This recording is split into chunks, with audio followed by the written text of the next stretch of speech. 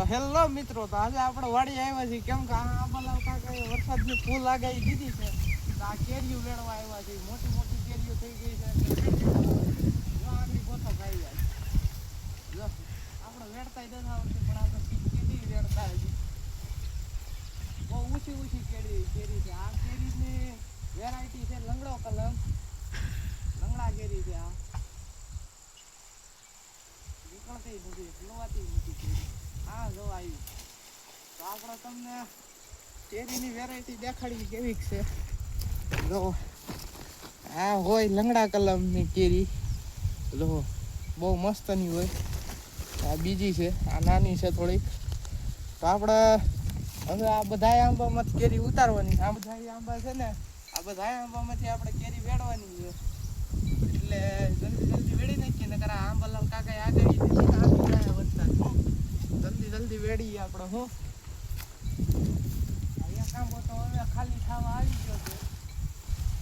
આ આંબો ખાલી થઈ જાય ને એટલે બીજા આંબાએ છોટી જઈએ આપણે.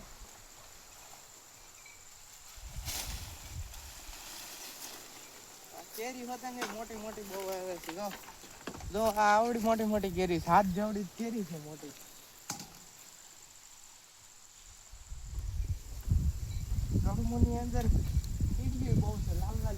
હાલો બધા રાવણા ખાવા. કેરી વેરતા વેરતા રાવણા હતા રાવણા વેડી દીધા. હાલો હજી તમે આંબા વેડતા જ થતા તો આપણે સા નાખવાનું ટ્રેક્ટર આવી ગયો વાડીમાં.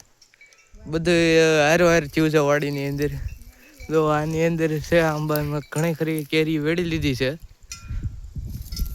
આપણી વાડીએ ટેટોળીના ઈંડા મૂકેલા છે. અહીંયા આગળ સા નખાય એટલે ક્યાંક આ ઈંડાને માથ ન હાકે એવું કરવું જોઈએ. તો અત્યારે વાડીની અંદર ખેડાવવાનું ચાલુ થઈ ગયું છે. સા નાખવા મળ્યા છે ટ્રેક્ટરવાળા આપણે. એટલે હું છે જમીન નરમ થઈ જાય એટલે આપણે વાડીની અંદર સા નાખવા પડે. જો આપણા ગોબરભાઈ ટ્રેક્ટરવાળા, કોઈને પણ ટ્રેક્ટર હકાવવું હોય કોન્ટેક્ટ કરો ગોબરભાઈ ટ્રેક્ટરવાળા.